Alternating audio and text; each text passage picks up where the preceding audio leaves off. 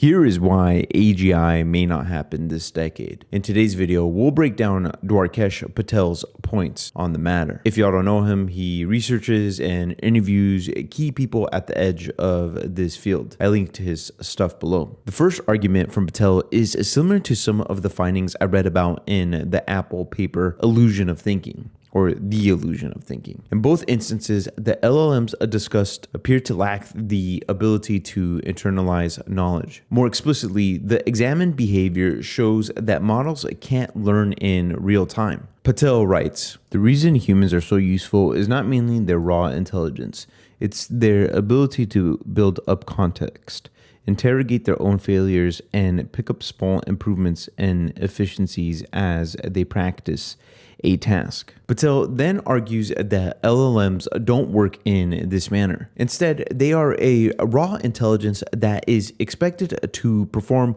well at a task just by reading the instructions or prompts of its users, while at the same time having no way to learn, understand, and grow from what they get wrong in real time. I'd agree. There's no way for a machine receiving user inference to crystallize what it's learned, save its progress, and use this education to gradually self-improve and self-correct into specialized competency.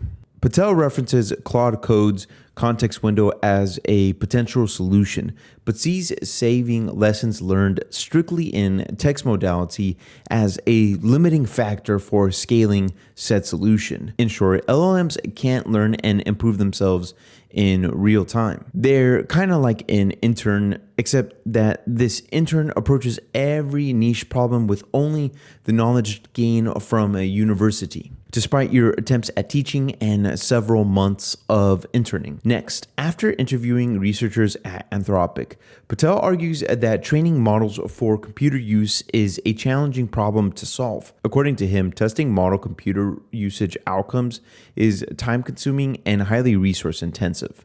He states, "Computer use requires processing images and video, which is already more compute-intensive, even if you don't factor in the longer rollout.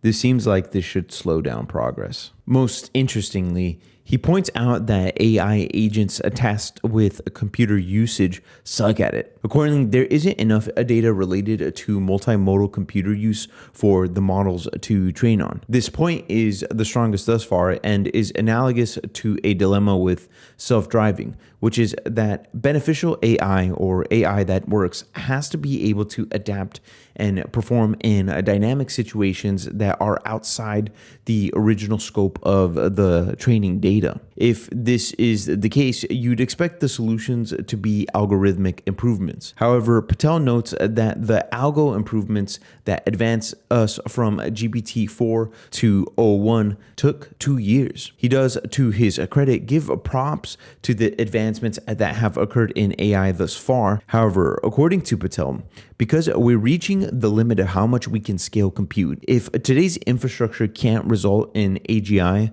within this decade, I'd also say, considering the limited amount of training data and breakthroughs in current algorithms, then the likelihood of it happening in the subsequent decade decreases substantially. Patel also wisely leaves room for wild outcomes or advancements not within the purview of his analysis that can develop AGI and bring it to reality before the end of the decade. In my opinion, he makes some reasonable arguments and reads almost like an AI optimist with his feet on the ground. Moreover, the article makes me think that true advancements in AI involve technical discussions that are honest about limitations, possibilities, and solutions. Media narratives around AI can often be full of spin, ungrounded hype, and play at your paranoia and fear. In a crazy time like ours, with a fractured media apparatus and decentralized reporting, I recommend sticking to reason over appeals to your emotion or ignorance. I linked the article in his video below if you're interested. If you're looking to land your first job in the industry or are transitioning jobs, please book a consultation with me and get your job hunting strategy sorted.